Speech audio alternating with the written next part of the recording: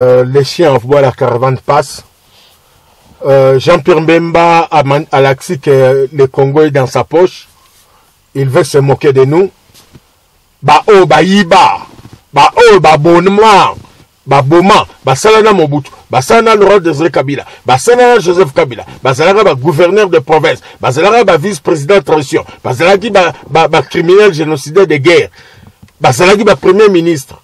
Ba msou ba ministre. Bamsou ba député à vie, bamsou ba bras droit ya Kabila, ba Kamere. Mais Félix alobaki to sangana. Mais quelle est la déception?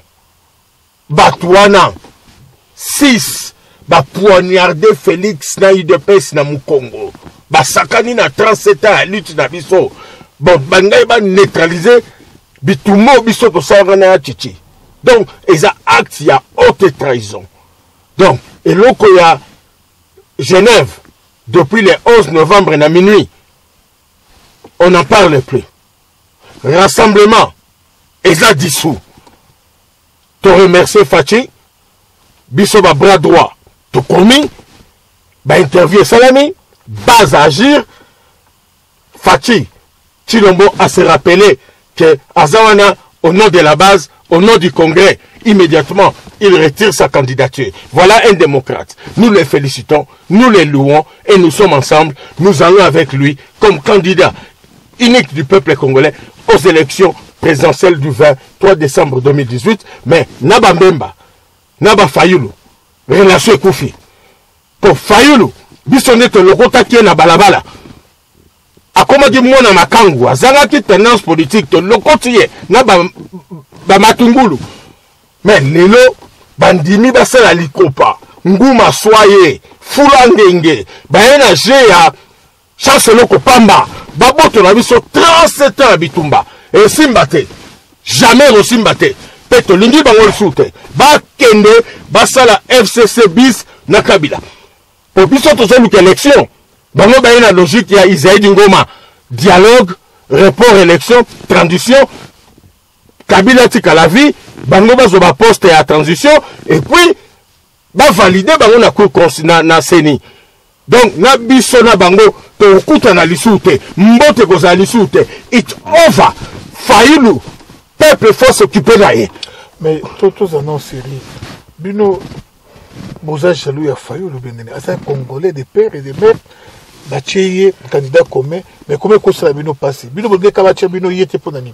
Bon, sans rival retient ceci. Partout au monde, l'alliance est zalaka, la coalition est zalaka, le rassemblement est zalaka. Mais c'est le parti majoritaire de la plateforme qui a les derniers mots à dire. C'est comme en Afrique du Sud, ANC, Azana Balié, mais c'est l'ANC qui dit les derniers mots puisque c'est majoritaire. Aucun Angola, un peu là, partout en Afrique, la démocratie africaine est telle que le parti démocratiquement majoritaire n'a niveau de la population, représentativité sur le terrain. Yende Batouba Landaka. Yende appelle sa ligne de conduite. Mais alors, des gens qui étaient des kabilistes, des mobutistes, des génocidaires, on croyait que même un Jean-Pierre Mbemba, après Kassaliba 10 ans de prison, a changé.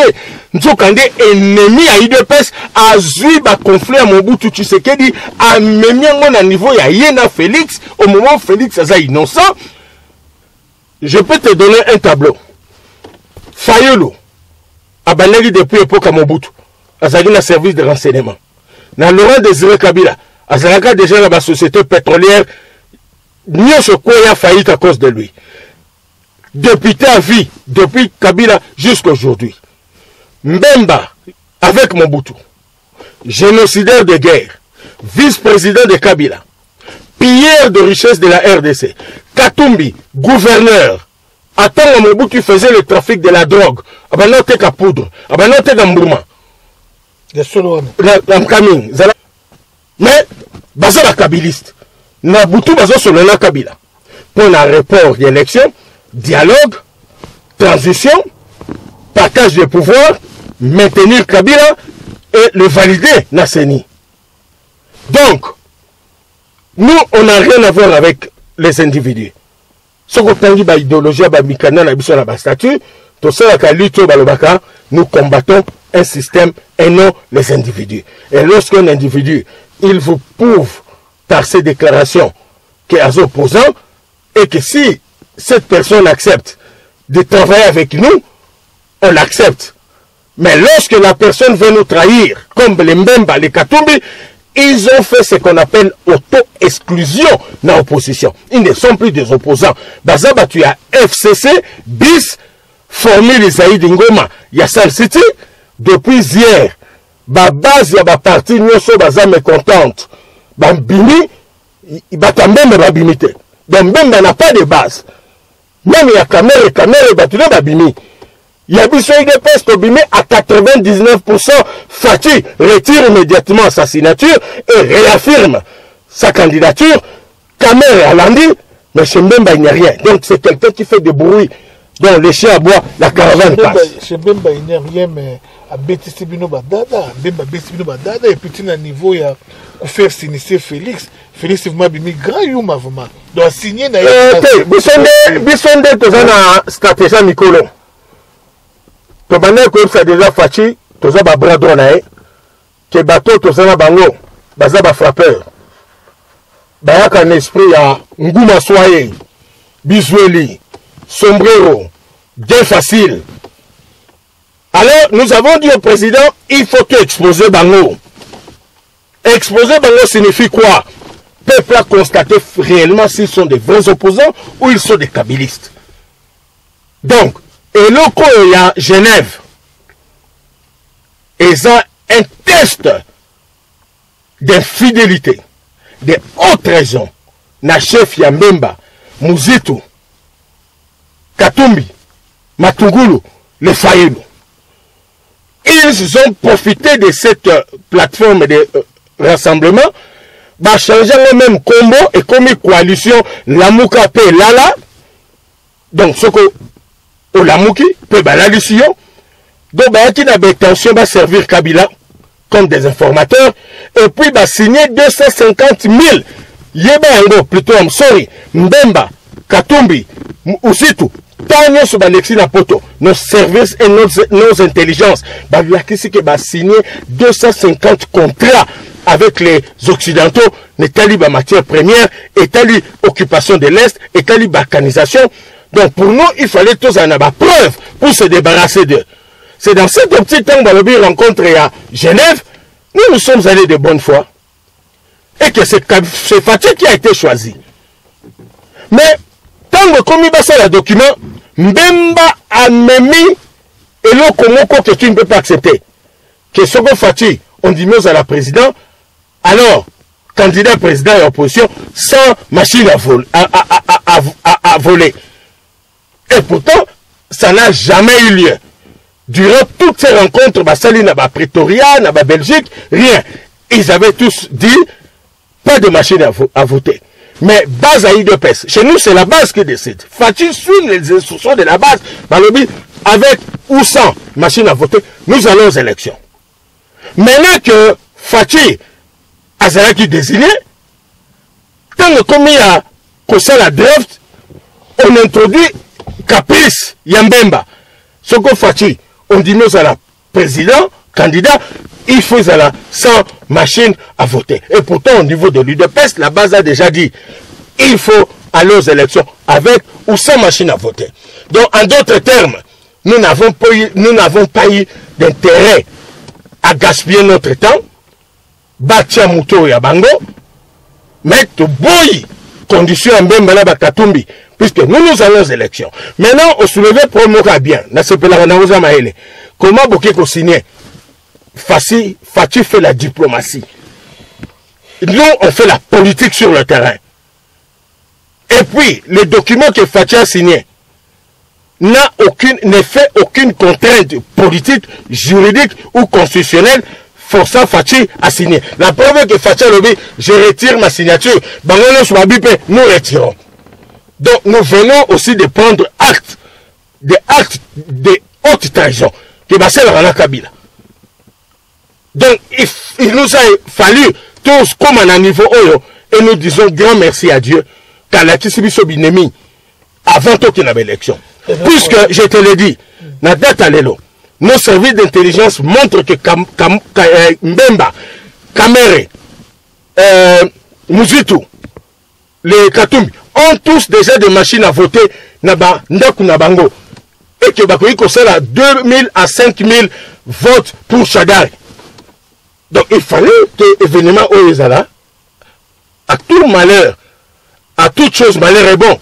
Maintenant, tu dis que Bazala va dire machine à voter Nabandaku. Ah oui, voilà, docteur Kimwana, mais le mal, ils ont tapé dans la province belé, entre autres.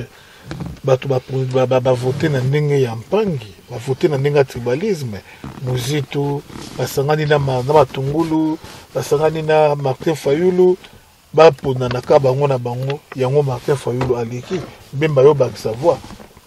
Vous avez que tribalisme et où tu peux pas na bino bato bandundu. Félix, il faut plutôt sans rival, il faut pas généraliser. Mabe ya mutumoko nous avons eu à faire de mauvais choix. Et nous avons eu à nous associer avec des criminels, des pilleurs et des génocidaires. Puisque ça fait mal. Moi, je suis de Bandundu, je suis Yanzi, je suis à côté de Fachi. Je ne fais aucun acte de tribalisme. Mais il est grave qu'un Matungulu, Fatim t'a mené en place à commis. Fayulu, Fatim t'a mené en place à commis. Azoka micro.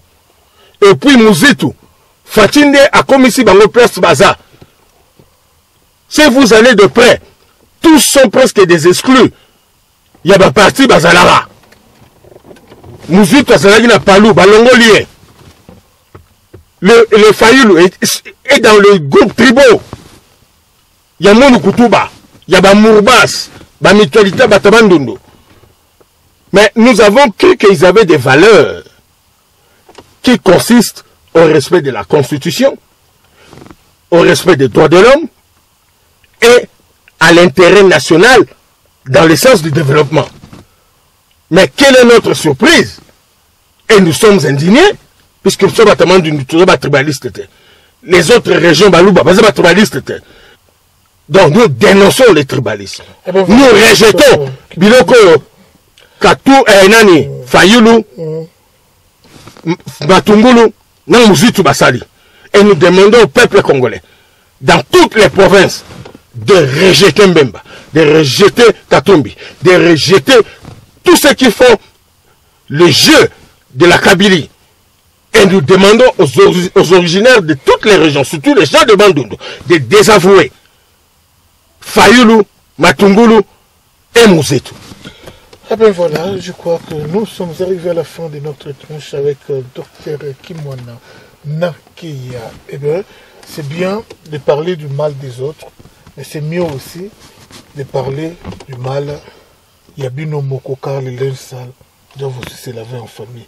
Fati, qui vous sent toupé, il est qui est mingi milité, il est qui est mingi charisme, ya papa nae. Et Josanga, Azali, Bolamu nae, et Bimisi Yuma, quelque part, on doit voir dans lui un charisme autoritaire. Parce que c'est un leader qui a une grande foule, une grande masse derrière lui, mais il se comporte trop. Na moi, il milite moko comme il s'appelle léger. Au lieu ya Batubaya Kaverie, qui est un leader de masse, il va vers les gens, au bazar même pas na base. Muzitu à peine même Muzitu est dans l'opposition, il a habité sur une année, ce qui a rappelé opposé. Non, à Sali, 3 mois et 15 semaines. Bon, associé dans ma solo, oh, batomokili, babengaka, kora mikora koza, dans ma grande causerie. Moutou, azaki na Palou, azaki na Kabila, Lelo, bon, associé dans ma solo, mais dans tout ça, Félix, au moins, il y a charisme, il y a vieux Titi Zozangaï. Moi, je crois que un processus, il y a évolution. C'est avec les temps. Et moi, je ne crois pas qu'il n'a pas de charisme. Il a le charisme. La preuve est que toutes les décisions qui se prennent au niveau du parti, c'est la volonté de la base. Et que tout ce qu'il fait jusqu'à aujourd'hui c'est notre base tondimaki asala yango